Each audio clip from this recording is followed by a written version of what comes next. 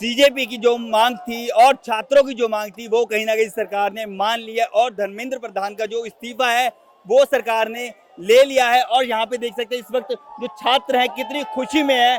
आप मेरे पीछे देख सकते हैं छात्रों की जो खुशी है वो देखने को मिल रही है, कितनी छात्रों में खुशी है। ये जो डिमांड थी, ये जो मांग थी वो जो है पूरी होगी छात्रों की। और इसी पे बातचीत करने के लिए हमारे साथ जो छात्र हैं वो मौजूद हैं, उनसे बातचीत करेंगे कि उनसे जानेंगे कि जो धर्मेंद्र प्रधान का जो इस्तीफा सरकार ने लिया है क्या कुछ कहना है उन पर। मैडम क्या कुछ कहना चाहेंगे इस इस्तीफे पे? बिल्कुल इस्तीफा हुआ है, पहला स्टेप अकाउंटेबिलिटी की तरफ गवर्नमेंट ने एक अच्छा कदम उठाया है। लेकिन यहाँ पे भी अभी हमारी लड़ाई, प्रोटेस्ट की बात नहीं कर रही हूँ, बट हमारी लड़ाई खत्म नहीं होती है, क्योंकि हमारी लड़ाई एजुकेशन सिस्टम को लेकर है, उसमें जितना करप्शन है उसको लेकर है। जब तक सिस्टम में रिफॉर्म नहीं आएगा तो इसका कोई मतलब नहीं होगा। आज रेजिग्नेशन हुआ है, कल कोई और आ जाएगा, लेकिन अगर वो directly from the root changes नहीं होंगे तो अभी भी स्टूडेंट्स, कल को फिर एक और पेपर लीक हो सकता है, कोई और पेपर लीक हो सकता है। तो अभी भी हमारी लड़ाई जारी रहेगी, जिसमें हमको एजुकेशन सिस्टम में रिफॉर्म लाने की लड़ाई करनी है। लेकिन ये बहुत बड़ी जीत है हम सबके लिए, जनता के लिए, इंडिया के लिए, कि जो इतने सालों से हम लोग चुप थे, जेनजी ने मिलेनियल्स के साथ मिलेनियल्स को भी जगा दिया, जो वो लोग भी चुप थे, और पूरी इंडिया इस प्रोटेस्ट के थ्रू एक साथ यूनाइट हुई है। और ये चीज़ खुशी से, ये बहुत बड़ी खुशी की बात है। मैं वैसे ये मेरा भाई है, हम दोनों ओडिशा से है लेकिन दिल्ली में रहते हैं कई टाइम से।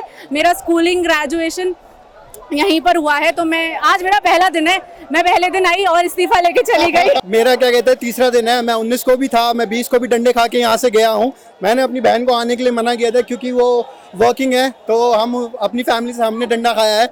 और हम ओडिशा से हैं, जैसे कि प्रधान भी ओडिशा से ही हैं, तो हम इससे ज़्यादा शेमफुल कोई बात नहीं हो सकती। पर इस मुद्दे का, इस रेजिग्नेशन का मेन पॉइंट ये था कि हम सरकार को अकाउंटेबल ठहरा सके।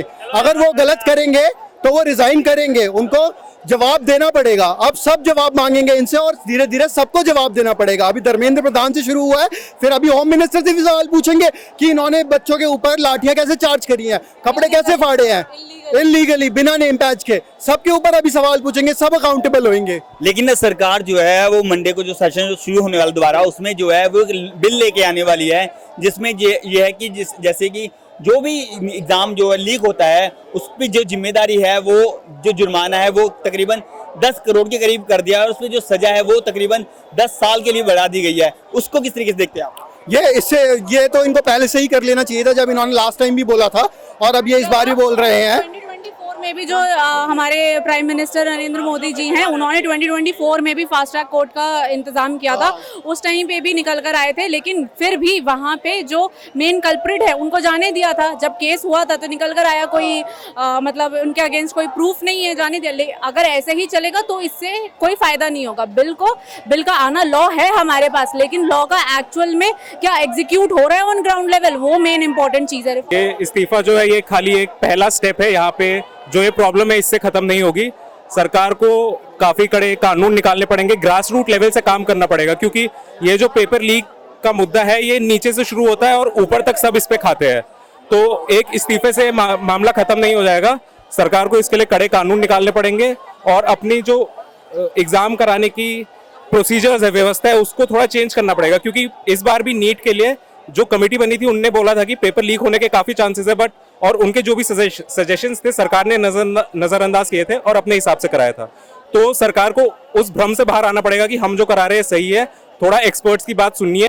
जैसा कि आप देख सकते हैं बच्चों में कितनी खुशी है धर्मेंद्र प्रधान के इस्तीफे के बाद, और ये जो डिमांड थी बच्चों की, वो डिमांड बच्चों की मान ली गई है सरकार ने। कहीं ना कहीं सरकार की जो इतने लंबे समय से मांग की जा रही थी सरकार से, वो सरकार से मांग सरकार को मानना पड़ा। जो सेशन शुरू होने वाला है, जो सरकार बिल लेके आने वाली है, उस बिल के तहत किस तरीके से लोग और सरकार और बच्चे क्या कुछ कहेंगे ये भी देखना होगा। और बिल अगर पास होता है तो जो लोग जिम्मेदार हैं उन पर कड़ी कार्रवाई सरकार के द्वारा की जाएगी, और इस बिल पे बच्चों को कहीं ना कहीं भरोसा जताना होगा। कैमरामैन विनोद चौधरी के साथ मैं संजय दिवाकर, नवोदय टाइम्स, जगबानी, दिल्ली।